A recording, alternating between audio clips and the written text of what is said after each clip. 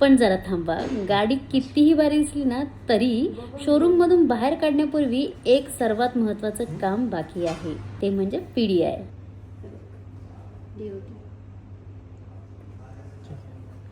नमस्कार मित्रांनो, मी कोमल तुमच्या सर्वांचं पुन्हा एकदा स्वागत करते आपल्या ह्या यूट्यूब चॅनलवर. तर आज मी आली आहे KTMच्या शोरूमला आणि इथे यायचं कारण असं की हा व्हिडिओ तुमच्यापर्यंत जोपर्यंत पोचलेला असेल तोपर्यंत माझ्या बाईकची डिलेवरी झालेली असेल. सो आपण आज आलेलो आहोत. बाईक जी आहे आपली तिचं फुल पेमेंट आपल्याला आज करायचं आहे.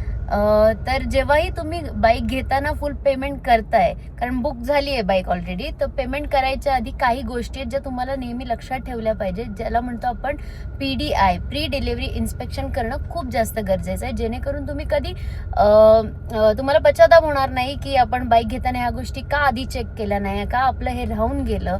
तर आपण असेच काही पॉईंट्स आहेत जे आज चेक करणार आहोत बाईकच्या रिलेटेडमध्ये. फॉर एक्झाम्पल बाईकचं जे ॲक्च्युअल पूर्ण जे बाईकचं स्ट्रक्चर असतं ते, किंवा बाईकचे जे टायर्स वगैरे असतात ह्या सगळ्या गोष्टींच्या रिलेटेडमध्ये. तर 2 दिवसापूर्वी मला कॉल आलेला KTMच्या शोरूममधून आणि त्यांनी मला सांगितलं की तुमची बाईक इथे अवेलेबल झालेली आहे, जी तुम्ही बुक केलेली. आता बाईकचा रजिस्ट्रेशन नंबर त्या जी प्रोसेस असते ती ते करणार होते, त्याआधी फुल पेमेंट करायचं होतं. तर फुल पेमेंट करायच्या आधी आपण आता बाईक घ्यायची म्हटल्यावर फुल पेमेंट करताना आपण एकदा तरी त्या बाईकला फिजिकली चेक करावं, असं माझं तुम्हाला सजेशन आहे. म्हणून मी स्वतः इथे आली आणि त्या पूर्ण प्रोसेसमध्ये काय काय करायचं असतं, PDIच्या प्रोसेसमध्ये काय काय करायचं असतं, याबद्दल आपला आजचा व्हिडिओ आहे. तर चला सुरू करूया आपला आजचा हा व्हिडिओ. आणि व्हिडिओ सुरू करायच्या आधी आपल्या या चॅनलला अजून सबस्क्राईब केलं नसेल तर नक्की सबस्क्राईब करा. चला.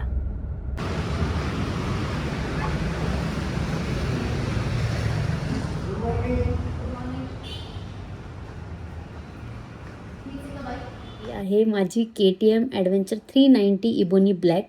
किती कडक दिसते ना. फोटो आणि व्हिडिओमध्ये तर आपण बघतोयच तिला, बट मी तुम्हाला सांगते, मी आता जेव्हा समोरून बघते ना ती एक नंबर दिसतीये. मित्रांनो, बाईकवर बसल्यावर जो फील येतोय ना तो खरंच शब्दांच्या पलीकडचा आहे. सीट हाईट आणि पोश्चर तर एकदम परफेक्ट वाटतंय. पण जरा थांबा, गाडी कितीही भारी दिसली ना तरी शोरूममधून बाहेर काढण्यापूर्वी एक सर्वात महत्त्वाचं काम बाकी आहे, ते म्हणजे PDI. तर मित्रांनो, सगळ्यात आधी आपल्याला बाईकची आयडेंटिटी चेक करायची. त्यासाठी बाईकच्या हँडलजवळ किंवा चेसिसजवळ असलेला चेसिस नंबर आणि इंजिनवर असलेला इंजिन नंबर शोरूमने दिलेल्या इनवॉइस आणि कागदपत्रांसोबत नीट मॅच करून घ्या. यामध्ये एकही आकडा चुकता कामा नये. बघ मयूर, ते चेसिस नंबर दिसतोय का? हे झाल्यावर बाईकचं इग्निशन ऑन करायचं आणि इन्स्ट्रुमेंट क्लस्टरवर ओडोमीटर रीडिंग चेक करायची आपल्याला. नवीन बाईक साधारण 2 ते 15 किलोमीटर चाललेली असू शकते, पण जर 50 ते 100 किलोमीटर चालली असेल तर शोरूम मॅनेजरला आपल्याला नक्की विचारायचं आहे की काय नक्की विषय. त्यानंतर एक खूप महत्त्वाची गोष्ट आणि जी बऱ्याचदा दुर्लक्ष होते ज्याच्याकडे, ते म्हणजे टायर्सवर एक 4 अंकी कोड असतो.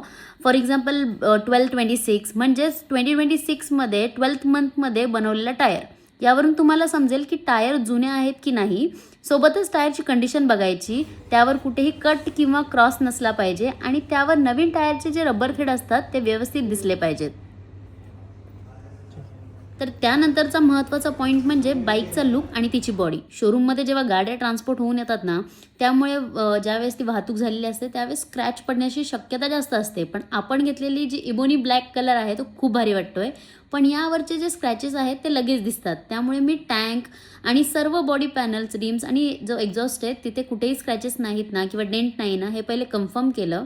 वेगवेगळ्या अँगलने चेक केलं मी लाईटमध्ये. आणि त्यानंतर सर्व जे लिव्हर्स आणि मिरर होते ते नीट टाईट आहेत की नाही हे सगळं मी नीट चेक केलं.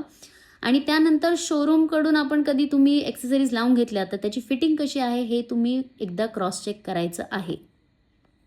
तर लास्ट जी स्टेप आहे त्याच्यामध्ये बाईकचं जे इलेक्ट्रिकल पार्ट्स आहेत त्याचं चेक करायचं आपल्याला. बाईक चालू करायच्या आधी तिचे इंडिकेटर्स, हॉर्न, पास लाईट आणि हेडलाईट चालू आहे की नाही ते बघायचं आहे. KTM ॲडव्हेंचर 390मध्ये खूप सारे इलेक्ट्रॉनिक फीचर्स आहेत, त्यामुळे स्क्रीनवर कोणताही एरर लाईट ब्लिंक होत नाही ना हे नक्की पाहायचं आहे.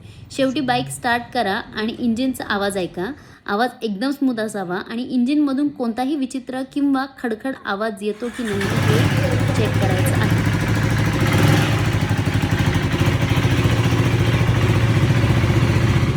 तर मित्रांनो, माझी KTM ॲडव्हेंचर 390 या सर्व PDI टेस्टमध्ये एकदम 100% पास झालेली आहे. आता मी हिची डिलिव्हरी घेण्यासाठी पूर्णपणे तयार आहे. जर तुम्हाला हा PDIचा व्हिडिओ आवडला असेल तर आपल्या चॅनल नक्की सबस्क्राईब करा आणि माहितीपूर्ण वाटलं असेल तुमच्या मित्रांसोबत नक्की शेअर करा. आणि आता भेटूया पुढच्या अशा माहितीपूर्ण व्हिडिओमध्ये. तोपर्यंत टाटा बाय बाय.